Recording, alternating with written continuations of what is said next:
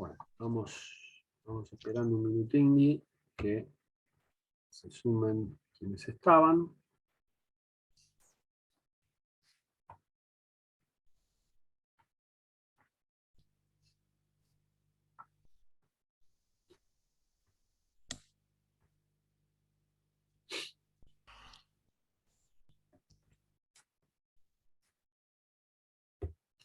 Admitiendo. Yo todavía no les pasé la grabación de la vez pasada, todavía la tengo que subir. Pero bueno, espero en esta semana pasárselas.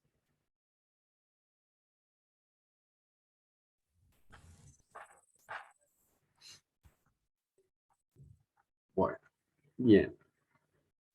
Entonces estábamos hablando del modelo orquestal, ¿no? Que un poco une distintas ideas, ¿no? Sobre la comunicación que fueron desarrolladas por distintos estudiosos de las ciencias sociales, ¿no? Que compartían un campo común de intereses y demás, ¿no? Y entonces hablábamos también, ¿no? Todo lo de la kinésica, la proxemia, los estudios sobre la gestualidad, ¿no? Hace unos años había una serie que estaba muy buena, era divertida, ¿no? Y trabajaba todo esto de la gestualidad, ¿no? En relación con los significados, ¿no? Que se llamaba Lie to Me, ¿no? No sé si la llegaron a ver en algún momento. Pero bueno, era un agente del FBI que estaba especializado en lectura de los gestos, ¿no? En lectura e interpretación de la gestualidad, ¿no? Y básicamente tenía que ver con esta idea de darse cuenta cuando alguien está mintiendo, que no es tan sencillo, ¿no? Los que estudian la proxémica y la kinésica, ¿no?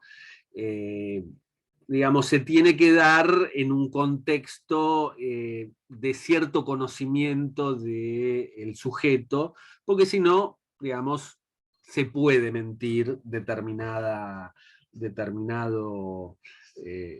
gestualidad, o se puede falsear determinada gestualidad vinculada con las respuestas, ¿no? a ciertas preguntas y demás, ¿no? Pero bueno, es interesante, ¿no? Porque hay todo un desarrollo de ciertos gestos, ¿no? Que están vinculados al ocultamiento, el desagrado, cuando, ¿no? Gestos que se leen en el rostro y también corporalidad, ¿no? Manejos del cuerpo, ¿no? Bueno, y todas estas contribuciones hicieron que este modelo orquestal se fuera armando, ¿no? ¿Y con qué categoría es la que, digamos, que fíjense, se relaciona con Tomasello, por otro lado? ¿Cuál es la categoría que es más importante en este modelo? O del cual se parte para construir este modelo o esta forma, ¿no? de considerar la comunicación humana. ¿Con qué se lo vincula a la El comunicación? profesor había hablado de tres ítems, hablaba de feedback, de doble vínculo Ajá, y de sismogénesis. Y ajá. hablaban, y ahí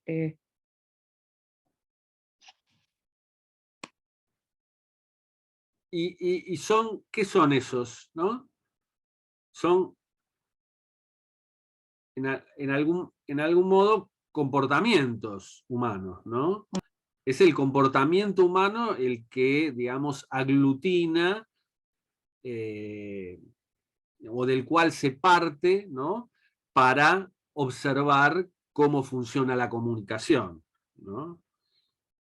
Y por eso lo relacionamos con Tomasello, ¿no? Con esta idea de cooperación, ¿no? Son comportamientos que tienen que ver con realizar algún tipo de actividad en común, ¿no? Nos comunicamos para lograr cosas, ¿no? Y por supuesto hay algún tipo de relación con el otro, ¿sí? Que se construye, ¿no? Esta idea de doble vínculo, ¿no? Que van a desarrollar en psiquiatría del bebé con la madre, ¿no? Es uno de los, digamos, uno de los conceptos, ¿no? Que va a acompañar, ¿no? al ser humano en todo su desarrollo, ¿no? Al principio de la clase, el profe había dicho como que los autores que trabajaban el texto, básicamente lo que habían hecho era tomar principios o conceptos más científicos, por ejemplo, físicos o la termodinámica. En un momento habló de la segunda ley de la termodinámica, que no me acuerdo bien qué fue lo que dijo, pero como que el universo tiende hacia el aumento de la entropía, ¿no? Como el aumento del caos constante, y que el ingreso de la comunicación al aumentar el nivel de información va en contra porque genera orden. O sea, como que se opone a la entropía del universo, Ujú, la organización, ujú, ¿no?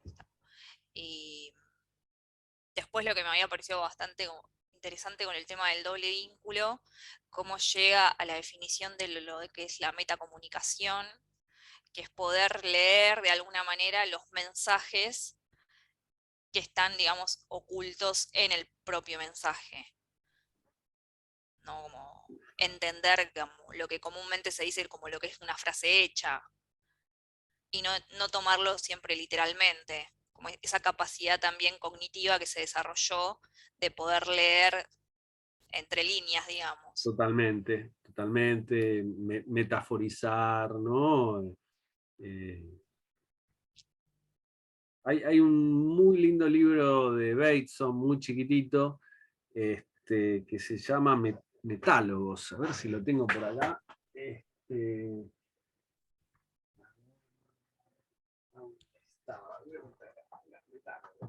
Es uno de los que era biólogo, ¿no? Antropólogo, ¿no? Y que trabajó, digamos, con un montón de investigaciones rarísimas en animales y en humanos, por supuesto, ¿no? Pero es muy lindo porque son diálogos, ¿no? En los cuales se trabaja esto de la comunicación, la metacomunicación, ¿no? Sobre el significado, sobre el manejo de la información, ¿no?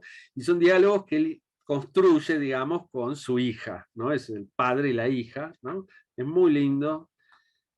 Después se lo llevo, ¿no? Porque es una edición que no existe ya de Ediciones Buenos Aires, ¿no? Y, y trabaja, ¿no? Estas preguntas, ¿no? ¿Qué es un instinto? ¿No? Cómo se construye el conocimiento, ¿no? Etcétera, etcétera, ¿no?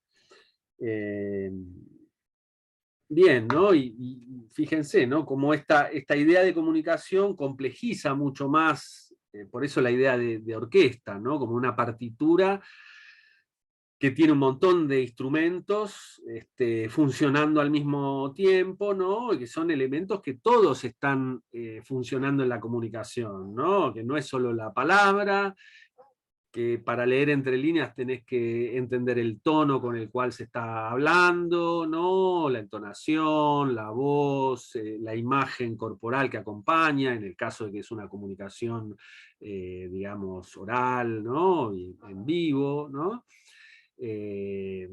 Los gestos, todo el entorno, digamos, lo institucional, ¿no? Los códigos que se manejan en ese grupo, ¿no? Todos son elementos que intervienen, ¿no? ¿Qué vas a decir, Majo? No, perdón, no quería interrumpir.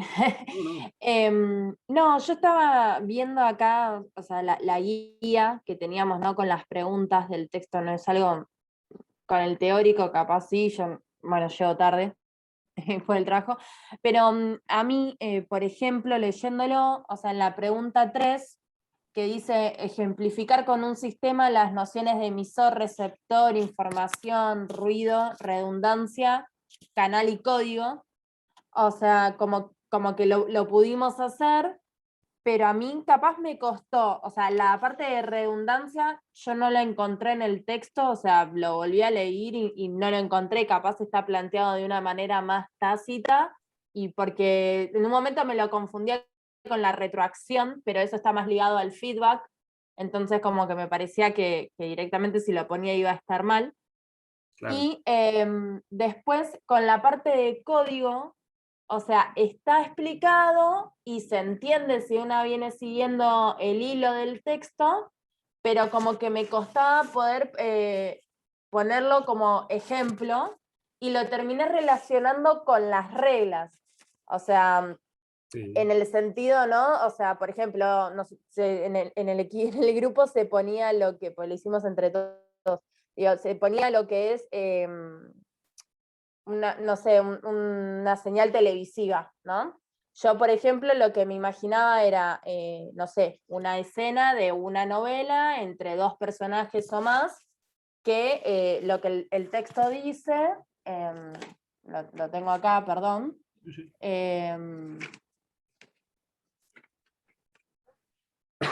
Bueno, está en una de las últimas páginas, acá en la parte de códigos.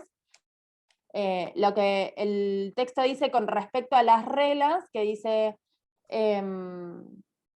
o sea, que se usaban los códigos, y después que con las reglas era una posición más paradójica, y que, o sea, al nivel de que un individuo abre la boca, le habla a otro individuo y utiliza la magnitud de las reglas, la formación, el lenguaje, la utilización, el tono, el modo, cómo lo dice. Y yo capaz como que me agarré más de ahí, pero como que me costaba poder no dar una definición, porque no era eso lo que estaba pidiendo más la consigna, pero sí capaz poder ponerlo en el ejemplo de lo que sería una transmisión televisiva, o en cualquier ejemplo, como que me estaba costando la parte de los códigos y me fui más para la de las reglas, y como que me daba la sensación que no estaba del todo bien, pero no podía como, estaba como trabada. Claro. Sí, tiene que ver con las reglas, ¿no? Todo con cómo se va organizando un sistema, ¿no? El código, ¿sí? O los códigos, ¿no? Que entran en juego, porque también, digamos, hay distintos tipos de codificación, ¿no? Del comportamiento y de los significados, ¿no? Y de las palabras y los gestos, ¿no? Todo de alguna manera entra en un sistema, ¿no? Por el cual uno, digamos, es capaz de entender qué significa en ese sistema o cómo funciona, ¿no? Si es un tono irónico, bueno, vos lo interpretás como una exageración o una manera de burlarse determinado, o de hacer parodia de determinada afirmación o determinada situación, ¿no? O de, digamos, tomarla por lo contrario, ¿no? Lo que hablábamos de no tomar literalmente los sentidos, ¿no? Los humanos somos capaces de entender irónicamente determinado mensaje, ¿no? Que por supuesto siempre está la posibilidad de la confusión, siempre está quien no llega a leer la ironía porque no conoce, digamos, o el tono específico de esa comunicación del emisor, ¿no? O no conoce determinadas maneras de comunicarse en un grupo, ¿no? En donde la ironía funciona de una manera específica, ¿no? Pero, bueno, sí, digamos, entendemos la comunicación esto como un sistema, ¿no? Y la redundancia es esta operación, ¿no? Que también tiene que ver con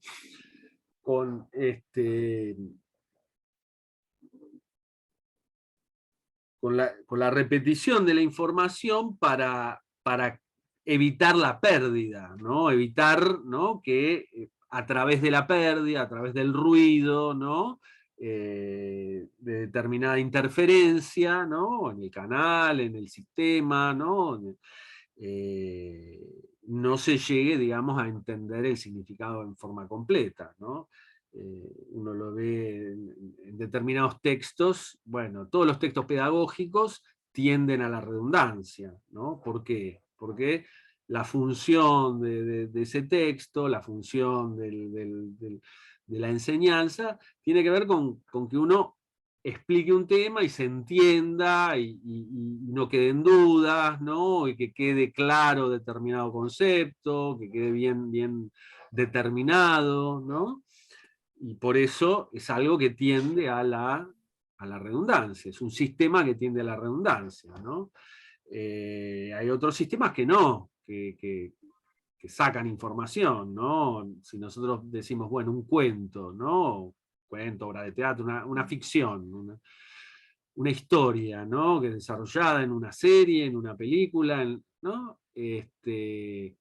Trabaja al revés, muchas veces trabaja con la elipsis, porque lo que trata es de sacar información para crear una intriga y una tensión narrativa por la cual los espectadores, los lectores, se enganchen con esa historia, quieran saber qué está pasando, quieran saber qué va a pasar, ¿no? Hagan hipótesis de por qué tal personaje actúa de determinada manera y la interacción con otros personajes y hacia dónde va la trama, ¿no? Si fuera redundante, sería un plomazo, ¿no? Nadie leería, ¿no? Hay, por supuesto, experimentos, ¿no? Narrativos así, pero si uno lee, por ejemplo, Saer, ¿no? Que viene del objetivismo, ¿no? Toma un montón de cosas del objetivismo francés, de la Nouveau Roman, ¿no? Con una cosa descriptiva muy fuerte, muy densa, ¿no?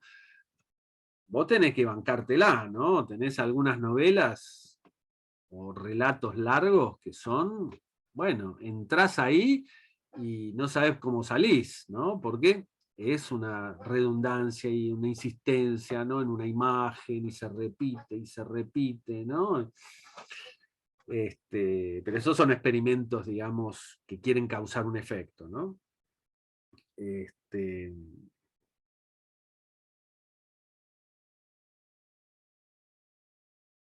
Yo creo que la idea esta de la comunicación, el modelo orquestal, ¿no? Tiene que ver con una forma de entender la comunicación, como de múltiples canales, ¿no? De estímulos y respuestas diversas, ¿no?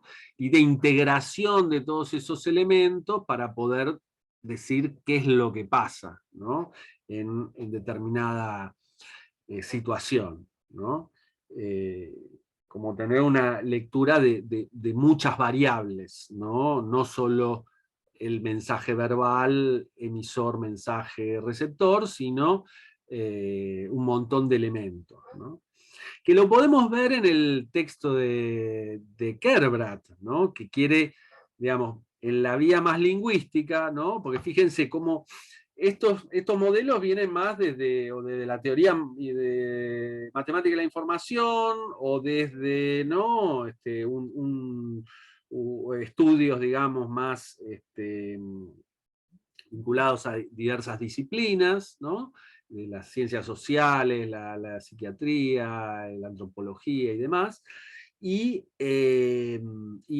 Jacobson trabaja desde la lingüística, ¿no? Él, lo que le interesaba en su momento era analizar poesía rusa, ¿no? Entonces quería trabajar con esta idea de la función poética, ¿no? Cada elemento de la comunicación, del modelo, se relaciona con una función, ¿no? Entonces él esquematiza, justamente él esquematiza, ¿no? Trata de simplificar lo más posible el modelo. Es este modelo que ustedes han visto en semiología, que por ahí vieron en la secundaria, ¿no? Emisor, mensaje, receptor, canal, códigos, contexto, ¿no? Contexto referente, ¿no? Y ahí la función poética, ¿cómo funciona? Funciona en relación con el mensaje, ¿no? Volviéndose sobre sí mismo, ¿no? El mensaje tomando mayor preponderancia, ¿no? Por eso la utilización del lenguaje, de las palabras, ¿no?, en la poesía, y en todo lenguaje que tiende a lo poético, porque también hay prosa que es más poética, ¿no? En ese sentido, el mensaje está, digamos, como volviéndose sobre sí mismo, ¿no? Hay una preponderancia del tipo de palabras, de cómo se las construye, ¿no?, de las figuras retóricas, ¿no? Y esta definición que se pasa o se traslada, ¿no?, la noción de equivalencia o semejanza, ¿no?, del eje paradigmático, ¿no?, de selección de las palabras al eje de contigüidad, ¿no?, de orden, ¿no?, de las palabras en una oración, ¿no? Entonces, si uno tiene un campo semántico, ¿no?, como habrán estudiado en la secundaria, campos semánticos, ¿no?, una serie de palabras que están unidas por el significado, porque son semejantes, porque refieren a algo parecido o idéntico, ¿no?, con matices, ¿no?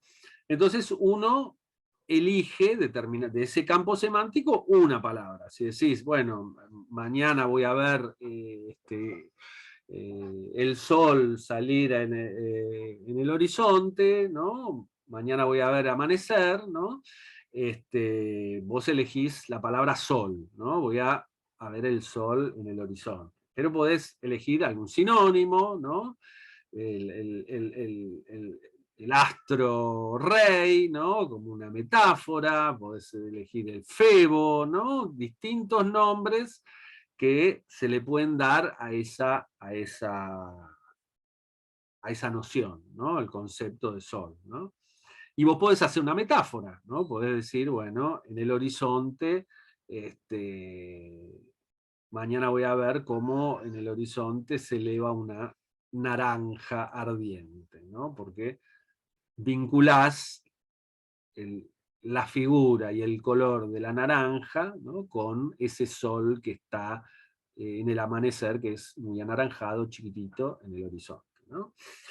Entonces, vos utilizás determinada figura para determinada palabra, ¿no?, para elegir ese lugar, ¿no?, que vas a dar el concepto de sol, ¿no? Y entonces, en la contigüidad, ¿no?, ¿qué es lo que pasa en la poesía?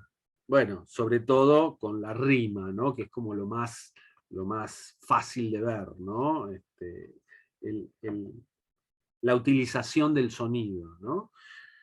Después están las figuras retóricas, ¿no?, la metáfora, la metonimia, la sinécdoque, la repetición, ¿no?, todo tipo de figuras, ¿no?, que existen para analizar un poema, ¿no? Y esa capacidad, ¿no?, del lenguaje de volver sobre sí mismo, ¿no?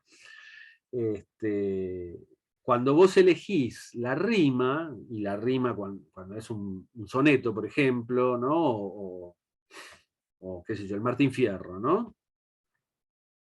Gracias por avisar, Micaela. Cuando vos analizás cuando lees el Martín Fierro, ¿no?, versos de 8 sílabas, octavilla, ¿no? Aquí me pongo a cantar, al compás de la vihuela, que el hombre que lo desvela, una pena extraordinaria, como la ave solitaria, con el cantar se consuela, ¿no? Entonces vos tenés al final de cada verso, ¿no?, de 8 sílabas, una rima consonante, ¿no? Suena igual, consuela que desvela, ¿no?, solitaria que extraordinaria, ¿no? Eso, por supuesto, es un recurso que permite memorizar, ¿no?, que viene de la poesía oral, que viene de los, ¿no?, ¿cómo eran los que me sale el nombre? Los que recitaban poesía, los juglares y demás, ¿no? Y la semejanza está dada por el sonido, por la sonoridad, ¿no? Todos los recursos de los jingles publicitarios, ¿no? Y de la publicidad, toman, ¿no? Esa idea de la rima para, ¿no? Que óleo, marolio, ¿no? Toman eso para que te quede la frase, ¿no? Como la frase que toma Jacobson del eslogan político, ¿no? I like Ike, ¿no?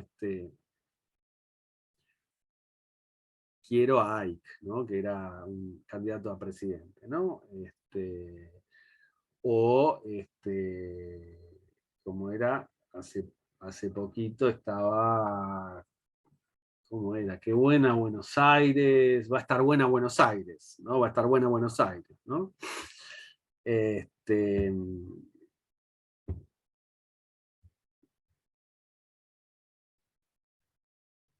Así que bueno, en que vamos a admitir a Catalina.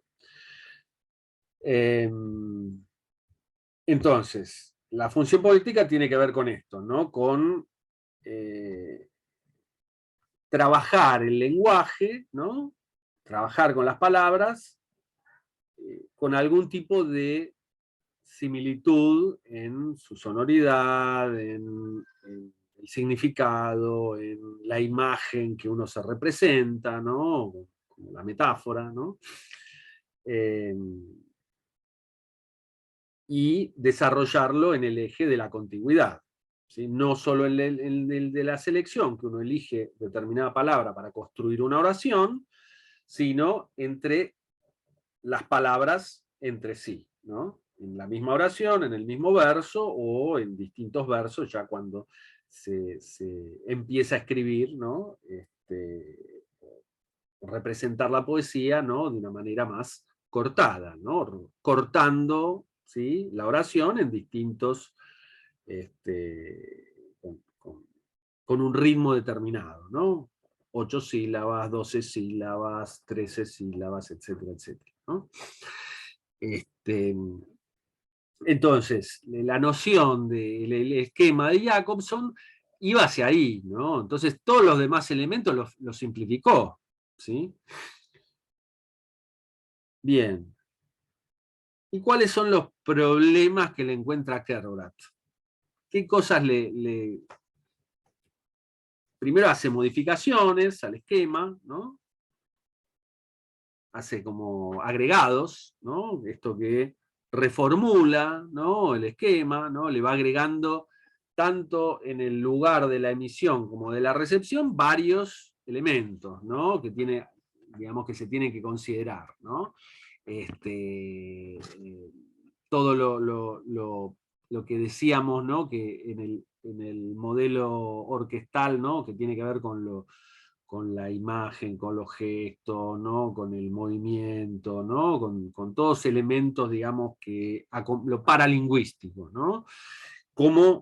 Y lo construye desde esta idea de competencia, que es muy de la lingüística, ¿no? La idea de capacidad, ¿no? Y no siempre, digamos, es algo que funciona, pero no es que siempre es que tenemos competencias de todo, ¿no?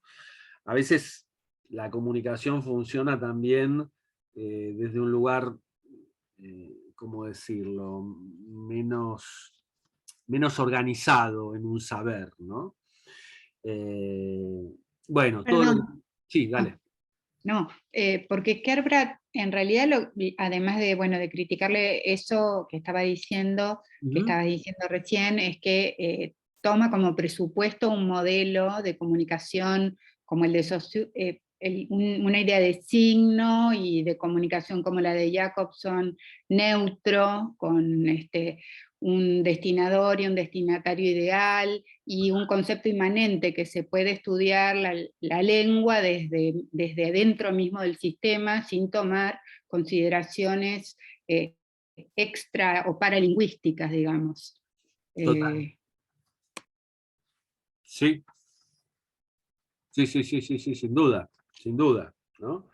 Esta idea de que existe un código determinado, ¿no? Que se comparte, ¿no? Y en realidad no funciona así, ¿no? Es como que cada uno se apropia de determinada parte de la lengua y del código, pero uno va construyendo como su propio código dentro de esa capacidad ideal de la lengua, ¿no? A la que nadie accede, ¿no?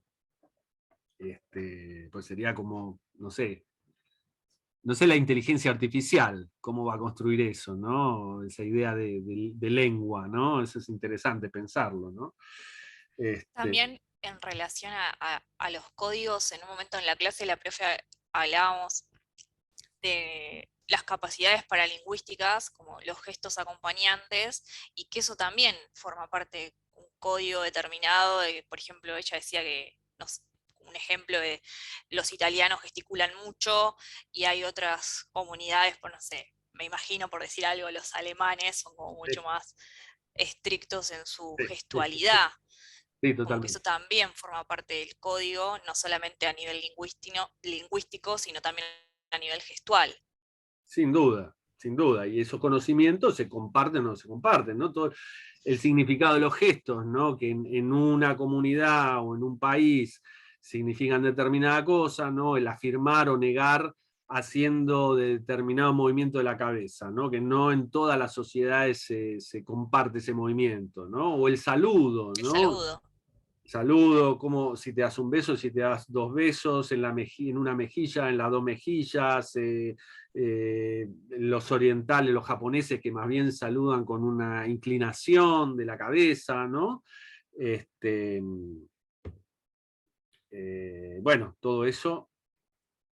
Y además que decía que, bueno, ahí Kerbrat dice que siempre se supone que primero suponían que era una comunicación entre dos personas o bilateral, digamos, y nunca tomaba en cuenta que podían intervenir muchos más receptores, muchos más, que la gente habla al mismo tiempo, que además que hay supuestos que el mismo destinador supone que el otro va a entender de determinada forma y por el otro lado también están todos esos supuestos de referencia que son muy importantes, el estado psicológico de las personas, no sé, como que la comunicación es muy compleja. En todas, Sí. pero en esta época es fundamental.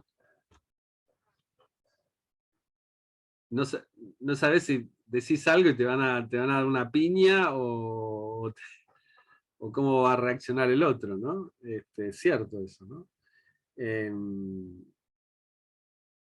Sí, hablaba también de como los destinatarios, no me acuerdo ahora cómo era que decían, ocasionales, o por ahí hay alguien que está escuchando y de repente interviene, entonces se forma parte también de ese circuito teórico de la comunicación que no es tan bilateral como... Ida y vuelta entre dos personas, sino siempre Exacto. es mucho más Hay una amplio, ¿no? ejemplificación también cuando hace una mención sobre el público de un teatro, por ejemplo, que a veces es presencia, digamos, algunas ciertas comunicaciones entre actores que tal vez el público no es el destinatario y sin embargo esa comunicación de llega, bueno, ejemplifica un poco en algunos casos eso, ¿no? O sea, que el Sí, universo de la comunicación no se atañe solamente, como decía Dolores, bueno, a un emisor y un receptor, sino que hay todo un mundo de otras posibilidades que en el esquema de Jacobson no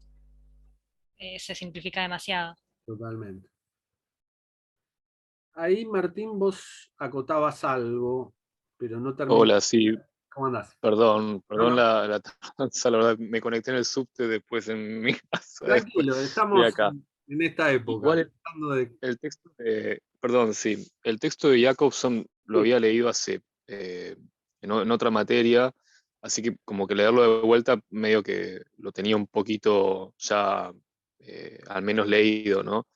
Sí, yo rescato lo que dijo la compañera anterior recién, que sí, se nota como que se escapa un poco en su esquema, ¿no? Como a veces reducir estas cuestiones, pero hay que entender también la época en la que lo escribió, ¿no? O sea, el contexto en donde ese escrito fue publicado, eh, o sea, la sociedad también en la que remitía, Y en un punto en el teórico sí, recuerdo que se habló de esta cuestión de que, bueno, que por ahí los italianos son más de gesticular más, o los alemanes son más, y no sé si eso en algún punto es peligroso, porque decir los alemanes, los italianos, tienen es peligroso, Sí. porque, Es o una sea, claro, generalización, como toda, digamos, exacto, exacto. y habla de nada, porque siempre hay una excepción o siempre hay, digamos, otra manera de ver las cosas. Hay que ver cómo se ven los alemanes a sí mismos, cómo se ven los italianos a sí mismos, y dentro de cada sociedad es esto. Estamos acá en la Argentina, y unos ven una cosa, nomás hablando de política, ¿no? Un gesto en la política.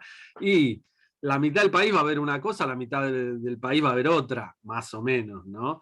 Con un Sí, mismo gesto, ¿no? Entonces, es por supuesto, siempre estamos como poniendo entre comillas, ¿no? claro, Este claro, tipo de claro. afirmaciones, ¿no? Porque son más digamos, del lugar común con el que todos nos manejamos, ¿no? En la sociedad que simplificamos. Es un poquito como hace el periodismo, ¿no? Uno vive, digamos, uno vive y vive en una rutina y vive en un sistema en el cual trata de entender las cosas y agarrarlas de alguna manera, ¿no? Si vos empezás a hacerte preguntas, es el camino de la filosofía, digamos. Asusta todo, ¿no? Porque es como que estamos en medio de la niebla, ¿no? En un sentido profundo, ¿no? De cómo se agarran, digamos, cómo se puede agarrar la realidad, que nunca se termina de agarrar, ¿no? Es esto que... Claro, a mí me pasó eso leyendo a Foucault, que Marx. llega un punto en el que decís, loco, no puedes cuestionar todo el tiempo porque te terminás volviendo loco. O Sí, sí, sí, sea, sí, no, es así. eh, pero bueno, no viene mal de vez en cuando cuestionar las cosas, ¿no? Sí, Porque, sin duda, ¿no? Estamos en un campo, digamos, ¿no? Justamente estamos estudiando, ¿no? Todos estos fenómenos, ¿no? Y yo me acuerdo que perdóname, en la primera clase decía que esta materia, no quise decir que es una materia clave en toda la carrera, digo, todas las materias son importantes, pero por cómo viene el mundo, como estamos en un periodo de transición se están viendo cosas tan chotas, no solo en este país, sino en el mundo, que me parece que es una materia que aporta mucho, o sea, para pensar, ¿entendés? Por claro, eso me refería, como que es sí, sí, clave para entender para dónde está yendo esto. Hay un claro, artista argentino, sí, no sé si lo ubicás, se llama, ay, este, el que hace las estructuras flotantes, que vive en Berlín hace muchos años, radicado en Berlín, es muy conocido él. Es arquitecto, se estudió acá, recibió acá y después se radicó en Bonn, en ajá, Berlín. Y el chabón hace la idea de las esferas flotantes, ¿no? De vivir en el aire, de que las claro, ciudades flotantes, todo. Y es tremendo porque la gente no se está dando cuenta del peligro que es decir eso. O sea, vivir en el aire, loco, en cualquier momento te arrasan con todos los derechos, no tenés domicilio propio, no tenés casa propia, no tenés acceso a servicios de salud públicos, porque hospitales en el aire se me hace difícil. sí, O sí, sea, digo, estas cuestiones que se las toma como lo más piola y lo más bárbaro del mundo, y tienen un lado que es súper choto, y la gente no está pudiendo ver eso. claro. Sí, sí, sí. Como en todas las Después voy a series. pasar el link Dale, del chabón. Siempre dale, se sí, me sí. ocurre el nombre, pero es tremendo, tremendo. Sí, sí. Sí, yo iba a decir, digamos, algo que iba en el otro sentido, en relación con esto del arte, del campo de lo artístico, digamos, que justamente también permite aguzar la mirada sobre el mundo, ¿no? Y subrayar un montón de cosas que por ahí, si con otro lenguaje o desde otro campo, no es tan fácil, digamos, de construir, ¿no? Por supuesto que son fuerzas que están en pugna, ¿no? La de la crítica y la de la aceptación del mundo, ¿no? De cómo es, ¿no? Pero yo creo que desde lo artístico hay un montón de herramientas para, para trabajar la mirada, ¿no?